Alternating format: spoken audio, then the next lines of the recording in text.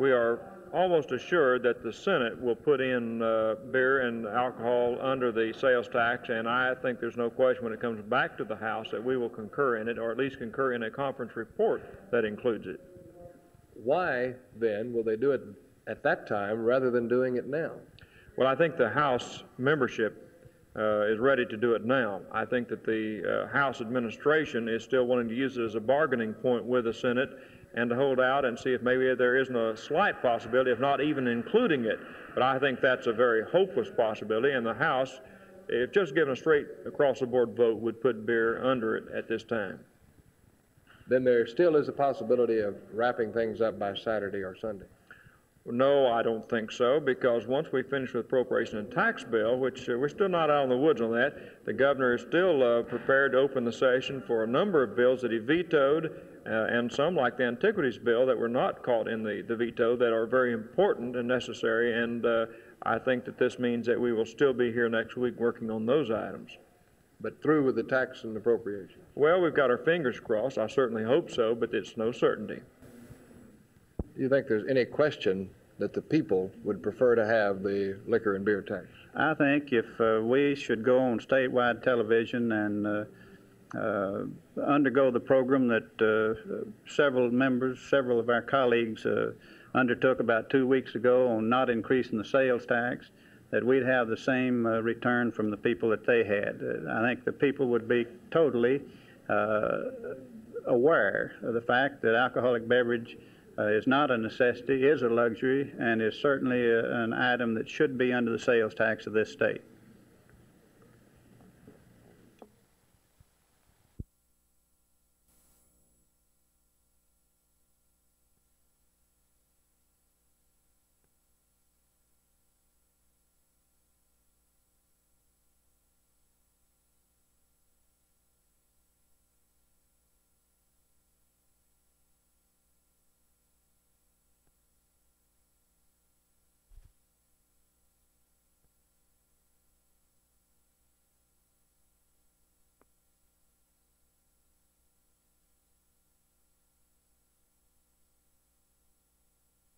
We had the high schools, of all the Dallas County high schools, come in with their students and their sponsors, their class sponsors. And of the tremendous enthusiasm and response we got was wonderful. They had assemblies in their high schools. They went through a regular goals meeting just as the adults had done in the neighborhoods. And frankly, they've been after us ever since to what do we do next. So we have, at the suggestion of the Dallas Independent School District, set up a course of 12 lessons, each lesson covering one of the goals, and this has been prepared and will be offered to all of the high schools in Dallas to be utilized in their social science courses or in their civics courses in the schools. We expect this will have great response.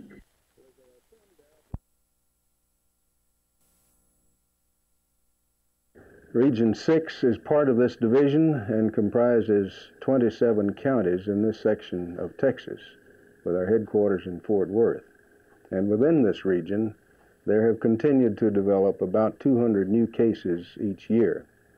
So the problem is here, and it requires early detection, careful treatment, and particularly good follow-up for a long period of time. And this is where this program can assist. The doctors can do the diagnosing, the school skin testing programs can assist in locating cases, and the state hospitals provide hospitalization for active cases.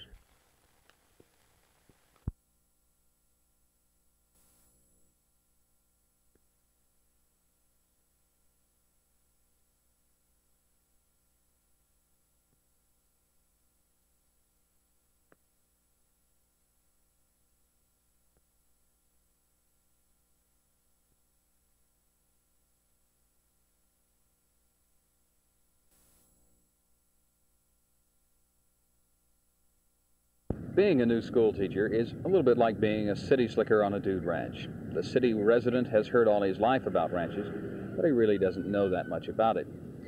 About 800 new school teachers are joining the Dallas school system this year. Most of them, for the last 4 years, have heard all kinds of theories about education. They've been reading books, but next Wednesday, when the classes actually start, they're going to be dealing with real problems and real people. probably, for most of them, it'll be the first time they've done that. The Dallas classroom teachers held a briefing for new teachers this afternoon. First, the teachers heard from more experienced teachers, teachers who've had years in the school system and have been selected as outstanding teachers. Then they met briefly and informally with the teachers to exchange ideas. To get an idea more specifically of some of the problems that are faced, we talked first with an experienced teacher, then with a new teacher. In education classes, you're taught certain educational theories and so forth, and trying to put them into practice is the thing that kind of shocks you. You can use some of the education that you learned as far as how to teach, but a lot of things you have to more or less just strike out on your own. Have you ever been mistaken for a student during student teaching? Oh, yes. Several times I was asked, on my first day when I entered the room, I was asked to sit by some new girls because they thought I was, they asked me to sit by them because they thought I was a new girl. So I had to explain to them that I was not a new girl, that I was a teacher. Most experienced teachers say there's really nothing that much that can stop the first day jitters. The new teachers simply have to plunge into the job and try to survive the first few days. Classes start Wednesday, September 3rd. This is Doug Terry, Channel 8 News.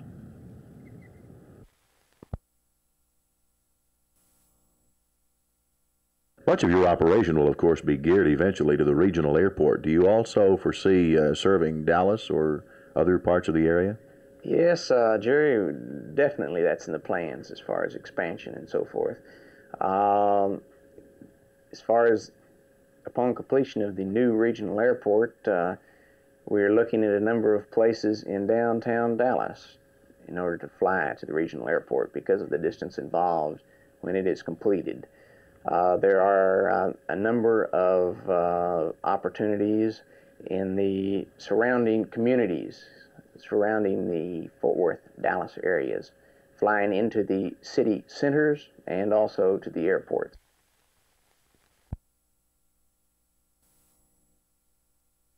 Before Lone Star Gravel Company started building this gravel plant, their engineers came in and carefully surveyed the area. They intended to locate it 100 feet outside the Kleberg city limits, but apparently somebody goofed. At any rate, it wound up 100 feet inside the Kleberg city limits. It might not have been such a terrible goof, except for the fact that Kleberg has an ordinance prohibiting the digging of gravel inside the city, and at least 2 members of the city council are determined that not one pebble will run through the processor. The whole issue is still up in the air, while company and city engineers try to work out a compromise solution. Meanwhile, in contrast to the furor it is created, the misplaced gravel pit sits quietly in this field out here. This is Tommy Ayers reporting from 100 feet inside the Kleberg city limits for Channel 8 News.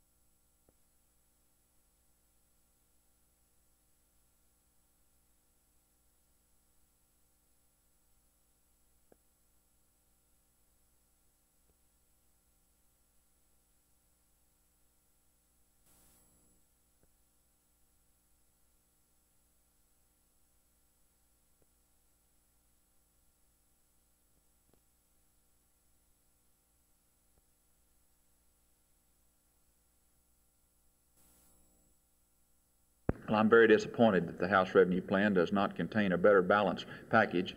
The franchise tax raises only $40 million, and I feel like that business should pay a larger portion. And of course, I'm extremely disappointed that there's no tax whatsoever on alcoholic beverages. I cannot see this legislature raising $360 million in new taxes and not imposing some of the tax on beer and whiskey. And so I think the Senate will be wanting to change the House bill to make it better balanced, to make alcoholic beverages, to make business, perhaps gas, to write a package that does not have a 100% consumer-based tax. The final tax bill is going to be written by the committee composed of these members, 5 from the House and 5 from the Senate. But bear in mind, they're going to portray the Senate members, the ideas advanced by the Senate, and the House members, the ideas advanced by the House. And really, there's no use to kid ourselves. The Lieutenant Governor and the Speaker of the House are going to play major roles in the writing of this final tax bill.